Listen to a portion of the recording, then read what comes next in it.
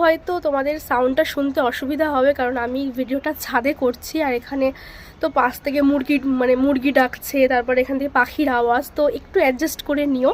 তো আজকে ছোট্ট একটা ভিডিও শেয়ার করব, যেহেতু আমি এখন বাড়িতে আছি, মানে শরীরটা যেহেতু খুব ভালো না, তো মায়ের কাছে আছি।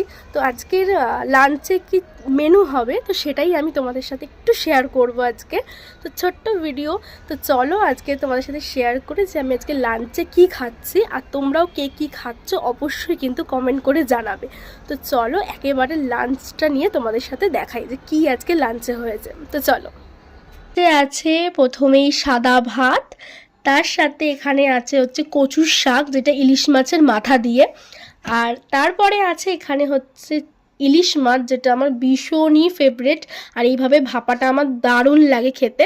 তো মায়ের হাতের ইলিশ মাছের ভাপা, আর তার সাথে আছে চিকেন। তো আমার লাঞ্চটা তো আজকে জমে গেল। তো তোমরা কে কী দিয়ে লাঞ্চ করলে সেটা কিন্তু অবশ্যই আমাকে কিন্তু কমেন্ট করে জানাবে। লাঞ্চটা কমপ্লিট করি, আবার দেখা হবে তোমাদের সাথে নতুন কোনো ভিডিওয়ে। টাটা।